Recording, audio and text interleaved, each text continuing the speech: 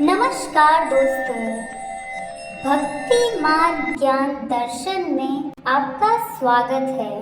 आज हम आपके लिए शुक्रवार व्रत कथा लेकर आए हैं। आज हम आपको बताएंगे कि शुक्रवार के दिन किसकी पूजा करनी चाहिए तथा किसका व्रत रखना चाहिए और उस व्रत रखने का महत्व क्या है। तो दर्शकों, आज शुक्रवार व्रत कथा हम शुरू करते हैं। शुक्रवार व्रत कथा में सबसे सर्वोच्च संतोषी माता की पूजा होती है। तो दर्शकों, आज हम आपको संतोषी माता के व्रत का महत्व, व्रत विधि एवं कथा सुनाएंगे। तो दर्शकों, सबसे पहले व्रत का महत्व एवं विधि जान लेते हैं। संतोषी माता के पिता गणपति और माता रिद्धि एवं सिद्धि हैं। इनका परिवार धन धान्य, सोना चांदी, मोती मूंगा तथा रत्नों से भरा है। पिता गणेश की कृपा से दरिद्रता और कलह का नाश, घर में सुख तथा शांति, बाल गोपाल से भरा परिवार, व्यापार में लाभ ही लाभ, मन की सर्व कामनाओं की पूर्ति और शोक, विपत्ति, चिंता आदि सब दूर होती हैं। कथा प्रारंभ करने से पहले पवित्र स्थान पर एक तांबे का कलश जल से भरकर रखें। उस कलश के ऊपर एक कटोरी में गुड़ और चना रखें। ध्यान रखिए, प्रसाद सदैव सवाया ही चढ़ाया जाता है, जैसे ₹1.25 का, ₹2.5 का आदि। अपनी क्षमता के अनुसार ही प्रसाद दें। माता प्रेम व श्रद्धा की भूखी हैं, मात्रा की नहीं। कथा कहने वाला अपने सीधे हाथ में गुड़ व चना रखे। कथा श्रवण करने वाले समय समय पर संतोषी माता की जय बोलते रहें।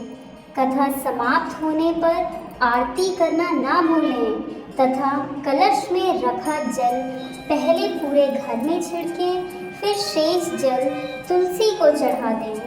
कथा कहने वाला अपने हाथ में रखा गुड़ और चना गौ माता को खिलाएं। इसके पश्चात कटोरी में रखा प्रसाद कथा सुनने वालों तथा घर के सदस्यों में बांट दें। एक समय भोजन करें। ध्यान रखिए, इसमें एक समय ही भोजन करना है।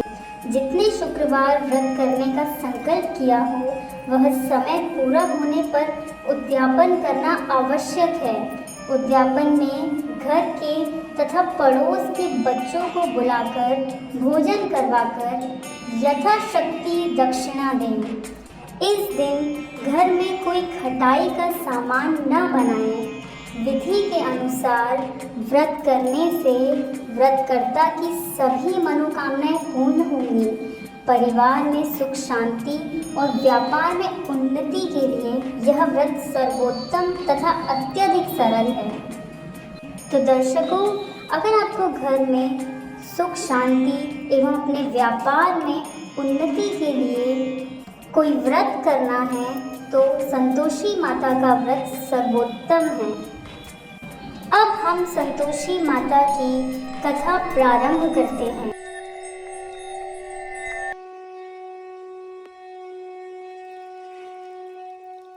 एक बार की बात है, एक बुढ़िया के 7 बेटे थे। 6 बेटे कमाने वाले थे और एक बेटा बड़ा ही निकम्मा था। बुढ़िया माँ 6 बेटों का जूठा 7वें बेटे को देती थी। 7वां पुत्र एक दिन अपनी पत्नी से बोला, देखो मेरी माता का मुझ पर कितना प्रेम है। वह बोली, क्यों नहीं, सबका जूठा बचा हुआ तुमको खिलाती है। वह बोला, जब तक आंखों से न देखूं मान नहीं सकता। पत्नी ने हंसकर कहा, देख लोगे तब तो मान ही जाओगे। कुछ दिन बाद एक बड़ा त्योहार आया। घर में 7 प्रकार के भोजन और चूरमा के लड्डू बने। वह पत्नी की बात को जांचने के लिए सिरदर्द का बहाना बनाकर पतला कपड़ा सिर पर ओढ़कर रसोई में जाकर सो गया और कपड़े में से सब देखता रहा। 6 भाई भोजन करने आए। उसने देखा माँ ने उनके लिए सुंदर सुंदर आसन बिछाए, 7 प्रकार की रसोई परोसी और आग्रह कर करके उन्हें भोजन कराती रही। वह देखता रहा। 6 भाई भोजन कर उठ गए। तब माँ ने उनकी थालियों में से लड्डुओं के टुकड़े को उठाया और एक लड्डू बनाया। जूठन साफ कर माँ ने उसे पुकारा, उठ बेटा उठ, तेरे भाइयों ने भोजन कर लिया, तू भी उठकर भोजन कर ले। उसने कहा, माँ मुझे भोजन नहीं करना, मैं परदेश जा रहा हूँ। माता ने कहा, कल जाना हो तो आज ही जा। वह बोला, हाँ हाँ जा रहा हूँ। यह कहकर वह घर से निकल गया। चलते समय उसे पत्नी की याद आई। वह गौशाला में कंडे थाप रही थी। वहाँ जाकर वह बोला, मेरे पास तो कुछ नहीं है, यह एक अंगूठी है, सो ले लो और अपनी कोई निशानी मुझे दे दो। वह बोली, मेरे पास क्या है, यह गोबर भरा हाथ है। यह कहकर पत्नी ने उसकी पीठ पर गोबर के हाथ की थाप मार दी। वह चल दिया। चलते चलते दूर देश में पहुंचा। वहाँ एक साहूकार की दुकान थी। वहाँ जाकर बोला, सेठ जी मुझे नौकरी पर रख लो।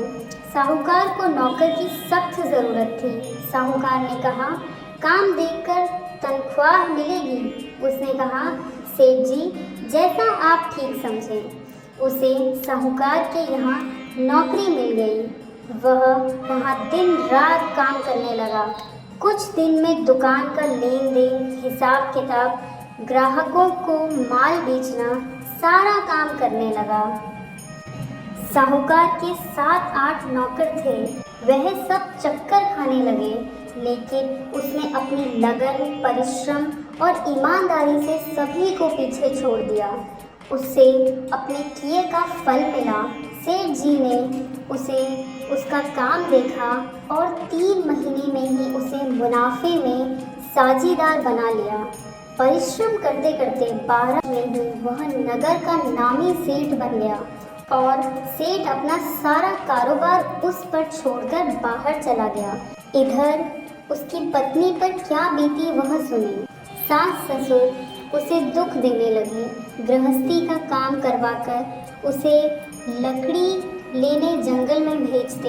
इस बीच घर की रोटियों के आटे से जो भूसी निकलती उसकी रोटी बनाकर रख दी जाती और फूटे नारियल की नरेली में पानी दिया जाता।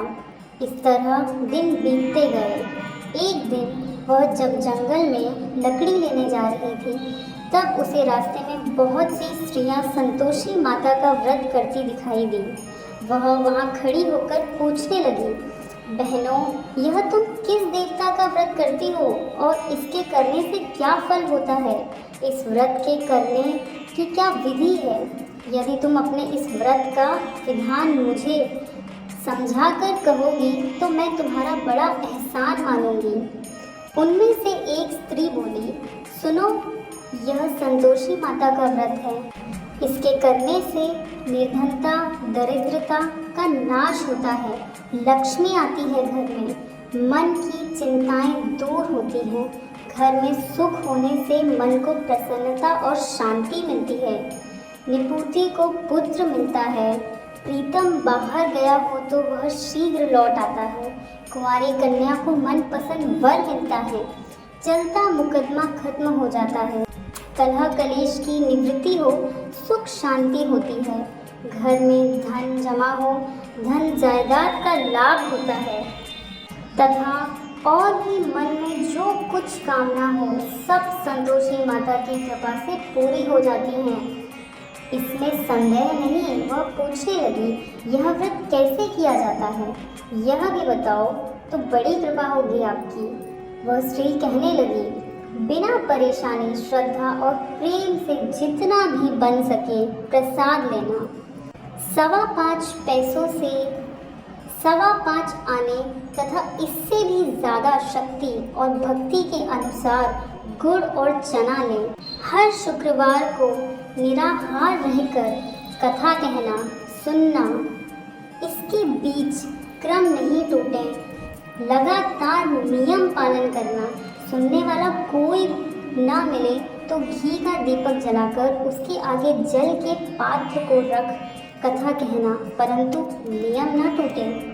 जब तक कार्य सिद्ध ना हो नियम पालन करना और कार्य सिद्ध हो जाने पर व्रत का उद्यापन करना ज़रूर बहुत आवश्यक है। 3 मास में माता पूरा फल प्रदान करती हैं। यदि किसी के खोटे ग्रह हों तो भी माता 1 वर्ष में अवश्य उन्हें अनुकूल करती हैं। कार्य सिद्ध होने पर ही उद्यापन करना चाहिए, बीच में नहीं। उद्यापन में 2.5 सेक आटे का खाजा तथा इसी अनुसार खीर तथा चने का साग बनाएं। 8 बच्चों को भोजन कराएं। जहाँ तक मिले देवर, जेठ, भाई बंधु, कुटुंब के लड़के लेना, ना मिले तो रिश्तेदारों और पड़ोसियों के लड़के बुलाना, उन्हें भोजन कराएं, यथाशक्ति दक्षिणा दें, माता का नियम पूरा करें। ध्यान रखना उस दिन घर में कोई खटाई ना बने, ना ही कोई खटाई खाए।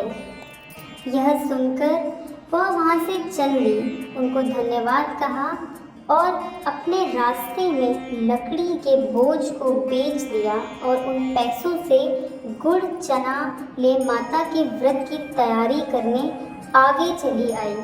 रास्ते में संतोषी माता के मंदिर में जा माता के चरणों में लौटने लगी, विनती करने लगी, माँ मैं दीन हूँ, निपट मूर्ख हूँ, व्रत के नियम कुछ जानती नहीं, मैं बहुत दुखी हूँ। हे माता मेरा दुख दूर करें, मैं तेरी शरण में आई हूँ। माता को दया आई। एक शुक्रवार बीता कि दूसरे शुक्रवार को ही उसके पति का पत्र आया और तीसरे शुक्रवार को उसका भेजा हुआ पैसा आ पहुँचा। यह देखकर जेठानी मुँह सिकोड़ने लगी। इतने दिनों बाद इतना पैसा आया, इसमें क्या बड़ाई है। लड़के ताने देने लगे। काकी के पास अब पत्र आने लगे, रुपया आने लगा। अब तो काकी की खातिर बढ़ेगी, अब तो काकी बुलाने से भी नहीं बोलेंगी। बेचारी सरलता से कहती, भैया पत्र आए, रुपया आए तो हम सबके लिए अच्छा है। ऐसा कहकर आंखों में आंसू भरकर संतोषी माता के मंदिर में जा मातेश्वरी के चरणों में गिरकर रोने लगी। माँ मैंने तुमसे पैसा नहीं मांगा, मुझे पैसे से क्या काम है, मुझे तो अपने सुहाग से काम है। मैं तो अपने स्वामी के दर्शन और सेवा मांगती हूँ। तब माता ने प्रसन्न होकर, जा बेटी तेरे स्वामी जल्द ही आएंगे। यह सुन खुशी से बावली हो वह घर आकर काम करने लगी। संतोषी माँ विचार करने लगी, इस भोली पुत्री से मैंने कह तो दिया कि तेरा पति शीघ्र आएगा, पर आएगा कहाँ से। वह तो इसे स्वप्न में भी याद नहीं करता, उसे इसकी याद दिलाने तो मुझे ही जाना पड़ेगा। संतोषी माता ने उस बुढ़िया के बेटे को स्वप्न में समझाया, पुत्र तेरी घरवाली कष्ट उठा रही है। वह बोला, हाँ माता यह तो मुझे भी मालूम है, परंतु क्या करूं, कहाँ से जाऊं, वहाँ कैसे जाऊं। परदेश की बात है, लेन देन का सारा हिसाब किताब है, कोई जाने का रास्ता नज़र नहीं आता। आप ही कोई राह दिखाएं कि वहाँ कैसे जाया जाए। माँ कहने लगी, सवेरे नहा धोकर संतोषी माता का नाम लें, घी का दीपक जलाएं और दुकान पर जा बैठना। देखते देखते तेरा लेन देन चुक जाएगा, जमा माल बिक जाएगा, सांझ होते होते धन का ढेर लग जाएगा। वह अगले दिन सुबह बहुत जल्दी उठा। उसने अपने मित्र बंधुओं परिचितों से स्वप्न में माता द्वारा कही गई बात कह सुनाई। वे सब उसकी बात सुनकर उसकी खिल्ली उड़ाने लगे। वह कहने लगे कि कहीं कभी सपने की बात भी सच होती है। एक बूढ़ा व्यक्ति बहुत समझदार था। वह बोला, देखो भाई, मेरी बात मानो, इस तरह सच या झूठ कहने के बदले देवता ने जैसा कहा है वैसा ही करो। तेरा क्या जाता है। बूढ़े की बात मानकर नहा धोकर उसने संतोषी माता को प्रणाम किया। फिर घी का दीपक जलाकर दुकान पर जा बैठा। शाम तक धन का ढेर लग गया। वह हैरान हुआ, मन में संतोषी माता का नाम ले प्रसन्न हो घर जाने के वास्ते गहना, कपड़ा और सामान खरीदने लगा। सब काम से निपट अपने घर को रवाना हुआ। उधर उसकी पत्नी जंगल में लकड़ी लेने गई। लौटते वक्त थक जाने के कारण संतोषी माता के मंदिर पर विश्राम करने बैठ गई। यह तो उसका रोज रुकने का स्थान था। धूल उड़ती देख उसने माता से पूछा, हे माता, यह धूल कैसे उड़ रही है।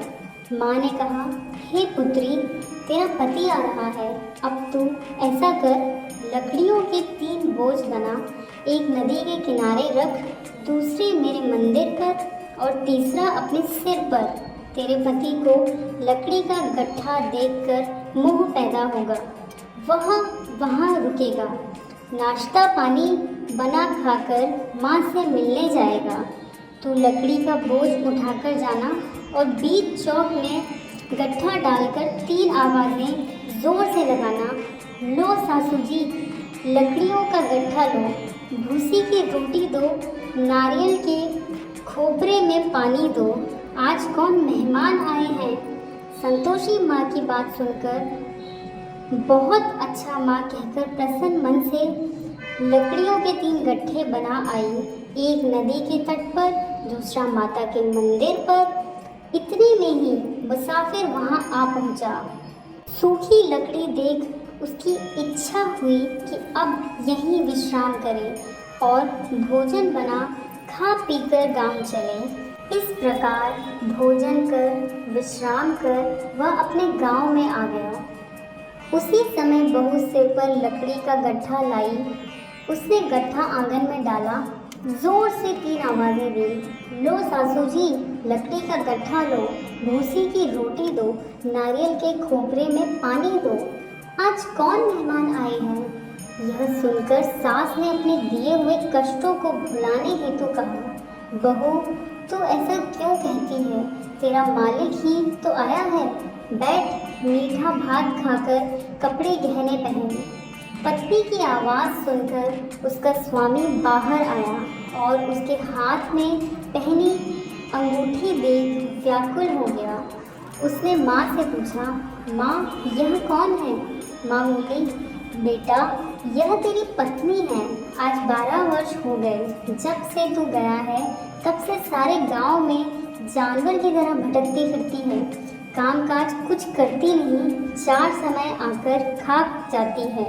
अब तुझे देखकर भूसी की रोटी और नारियल के खोपरे में पानी मांगती है।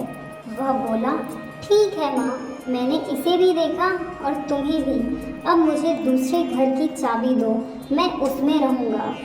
ठीक है बेटा, जैसी तेरी मर्जी, कहकर माँ ने चाबी का गुच्छा बेटे के सामने रख दिया।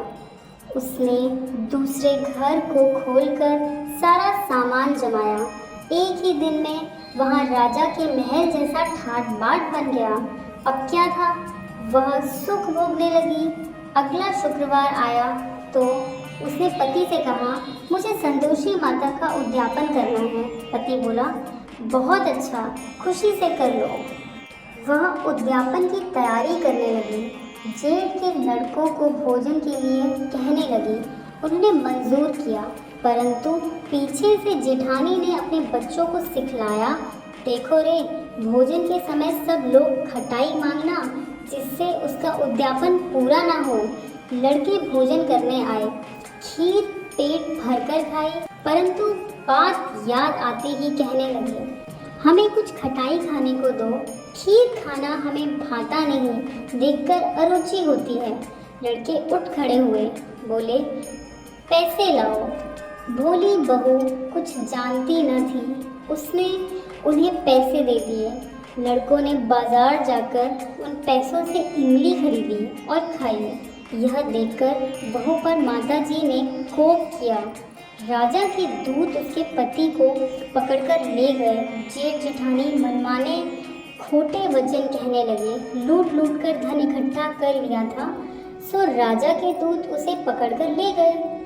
अब सब मालूम हो जाएगा जब जेल की रोटी खाएगा। बहू से यह वचन सहन नहीं हुए। वह संतोषी माता के मंदिर में गई और कहने लगी, माता तुमने यह क्या किया? हंसाकर क्यों रुलाने लगी? माता बोली, पुत्री तूने मेरा व्रत भंग किया है, इतनी जल्दी सब बातें भुला दी। वह बोली, माता भूली तो नहीं हूँ, न कुछ अपराध किया है, मुझे तो लड़कों ने भूल में डाल दिया, मुझे क्षमा करो माँ। माँ बोली, ऐसी भूल भी कहीं होती है? वह बोली, माँ अब भूल नहीं होगी, अब बताओ मेरे पति कैसे आएंगे? माँ बोली, पुत्री जा, तेरा पति तुझे रास्ते में ही आता मिलेगा। वह मंदिर से निकलकर बाहर आई तो रास्ते में उसने अपना पति आता हुआ देखा। उसने पूछा, कहाँ गए थे? वह बोला, इतना धन जो कमाया है उसका कर राजा ने मांगा था, वह भरने गया था। वह प्रसन्न होकर बोली, भला हुआ, अब घर चलो। फिर अगला शुक्रवार आया। वह बोली, मुझे माता का उद्यापन करना है। पति ने कहा, ठीक है कर लो। वह फिर जेठ के लड़कों से भोजन को कहने गई। जेठानी ने लड़कों को सिखाया कि तुम पहले ही खटाई मांगना। लड़के भोजन करने बैठे, परंतु भोजन करने से पहले ही कहने लगे, हमें खीर पूरी नहीं भाती, जी बिगड़ता है, कुछ खटाई खाने को दो। बहू बोली, खटाई खाने को नहीं मिलेगी, खाना हो तो खाओ। उनके उठकर चले जाने पर उसने ब्राह्मणों के लड़के बुलाकर भोजन करवाया। दक्षिणा की जगह उन्हें एक एक फल दिया। इससे संतोषी माता प्रसन्न हो गई। माता की कृपा से 9 माह बाद उसको चंद्रमा के समान एक सुंदर पुत्र प्राप्त हुआ। पुत्र को लेकर वह प्रतिदिन संतोषी माता के मंदिर में जाने लगी। माँ ने सोचा कि यह रोज आती है, आज क्यों ना मैं ही इसके घर चलूं, आसरा देखूं तो सही। यह विचार कर माता ने भयानक रूप बनाया। गुड़ और चने से सना मुख, ऊपर से सूंड के समान होंठ, उस पर मक्खियाँ भिनभिना रही थी। दहलीज में पैर रखते ही उसकी सास चिल्लाई, देखो रे, कोई चुड़ैल डाकिनी चली आ रही है, लड़कों इसे भगाओ नहीं तो सबको खा जाएगी। बहू रोशनदान से देख रही थी। वह प्रसन्न हो उठी, आज मेरी माता मेरे घर आई है, यह कहकर दूध पीते बच्चे को गोद से उतार दिया। इस पर उसकी सास क्रोध में भरकर बोली, अरे कुलच्छनी, इसे देखकर कैसे उतावली हुई जो बच्चों को फटक दिया। इतने में माँ के प्रताप से जहाँ देखो वहाँ लड़के ही लड़के नजर आने लगे। बहू बोली, माँ जी, मैं जिनका व्रत करती हूँ यह वही संतोषी माता है। इतना कह उसे झट से घर के सारे किवाड़ खोल दिए। सबने माता के चरण स्पर्श किए और विनती कर कहने लगे, हे माता, हम मूर्ख हैं, अज्ञानी हैं, तुम्हारे व्रत की विधि हम नहीं जानते, तुम्हारा व्रत भंग कर हमने बड़ा अपराध किया है। हे माता, आप हमारे अपराधों को क्षमा कर दीजिए। इस प्रकार बार बार कहने पर संतोषी माता प्रसन्न हो गई। इसके बाद उनकी सास कहने लगी, हे संतोषी माता, आपने बहू को जैसा फल दिया वैसा सबको दें। जो यह कथा सुने या पढ़े उसका मनोरथ पूर्ण हो।